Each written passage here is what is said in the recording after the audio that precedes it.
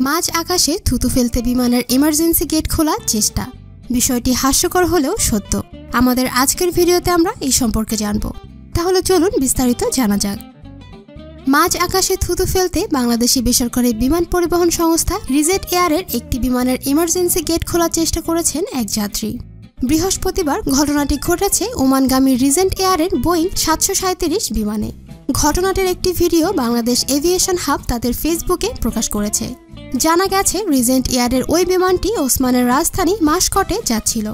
বিমানটি আকাশে থাকা অবস্থাতেই ওই যাত্রী বাইরে থুতু ফেলতে বিমানটির ইমার্জেন্সি গেট খোলার চেষ্টা করেন। পাশের যাত্রীসহ কেবিন ক্রুরা বরাবর চেষ্টা করেও তাকে থামাতে ব্যর্থ হন। নিষেধ করার পরও ওই যাত্রী বলেন তিনি থুতু ফেলতে চান। কোনো মতেই তাকে আটকানো যাচ্ছিল না। তিনি যেভাবেই হোক বাইরেই তিনি থুতু ফেলবেন। সবাই তাকে হাজারো চেষ্টা করে বোঝাতে না পারায় পরে শেষ পর্যন্ত বিমানটির পাইলট এসে তাকে থামান। ভিউয়ার্স, মাঝ আকাশে থুতু ফেলার জন্য বিমানের ইমার্জেন্সি গেট খোলার চেষ্টা করার মতো এই ব্যক্তিটিকে নিয়ে এবং এই ঘটনা নিয়ে আপনাদের কি মন্তব্য আমাদের সাথে শেয়ার করুন কমেন্ট করে। ভিডিওটি ভালো লেগে থাকলে লাইক, কমেন্ট অ্যান্ড শেয়ার করুন এবং ভবিষ্যতে এরকম আরও মজার ভিডিও পেতে আমাদের চ্যানেলটি সাবস্ক্রাইব করে আমাদের সাথেই থাকুন। ভিডিওটি দেখার জন্য অসংখ্য ধন্যবাদ।